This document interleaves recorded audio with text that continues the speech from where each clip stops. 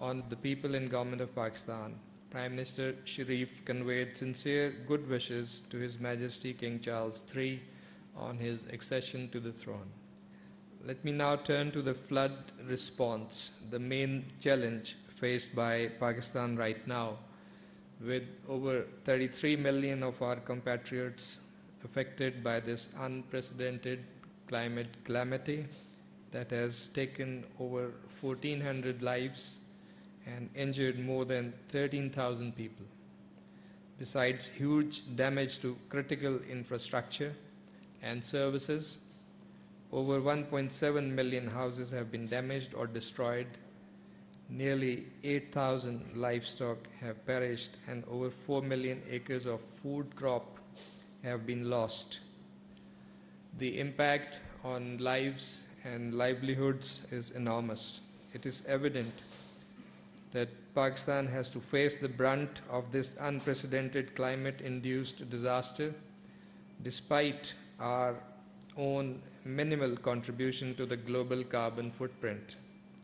So while our people are suffering from the direct consequences of climate change, it is clearly the shared responsibility of the international community to do their utmost to assist the millions of affectees return to normal lives and livelihoods in a sustainable manner.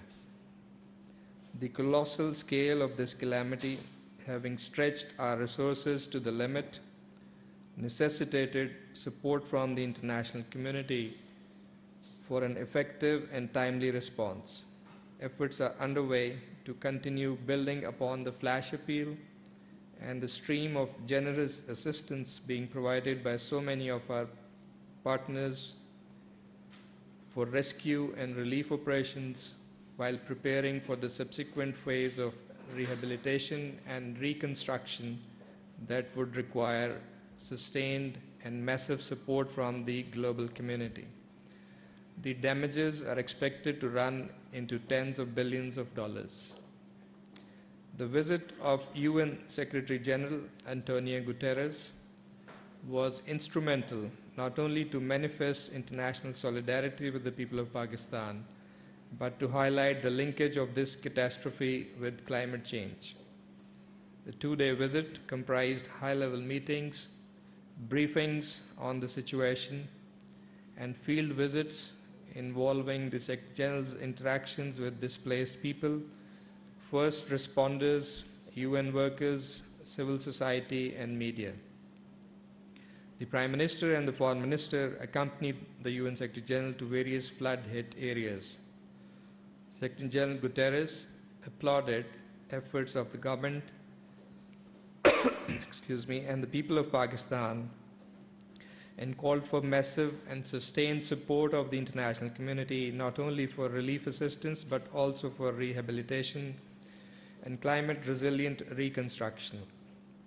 He repeatedly emphasized that it was not just a matter of solidarity, but a matter of justice, as countries like Pakistan, who have not contributed to climate change, are amongst the frontline countries impacted by its consequences. You would have followed other dignitaries also visiting Pakistan to show solidarity and support, including the Canadian Minister for International Development, Mr. Harjit Singh Sajjan, who called on the Prime Minister and also met the Minister of State for Foreign Affairs. Canada expressed its commitment to support Pakistan in dealing with the aftermath of floods, including for climate-resilient rebuilding. Samantha Power, Administrator of USAID, also called on the Prime Minister as well as Foreign Minister Bilawal. The Foreign Minister welcomed US support and solidarity with the people of Pakistan and thanked USAID for providing assistance in the wake of floods.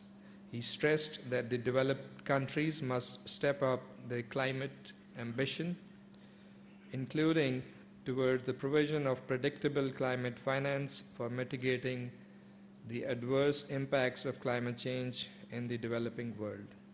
As part of the ongoing relief efforts as of today, more than 100 flights have been received from our international friends and partners carrying much needed assistance.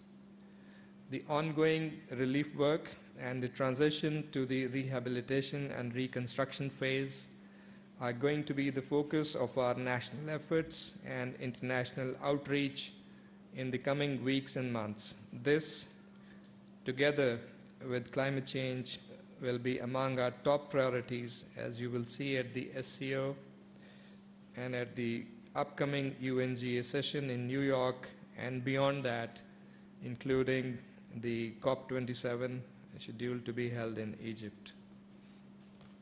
Thank you. तर्जुमान दफ्तर खारिजा आसिम इफ्तिखार इस्लामाबाद में हफ्तावार news briefing दे रहे थे। उन्होंने कहा कि मकबूजा कश्मीर में भारतीय जारियत जारी है। भारतीय अफवाज ने निहत्ते कश्मीरियों पर मजालिम के पहाड़ तोड़ दिए। पाकिस्तान कश्मीरियों की हिमायत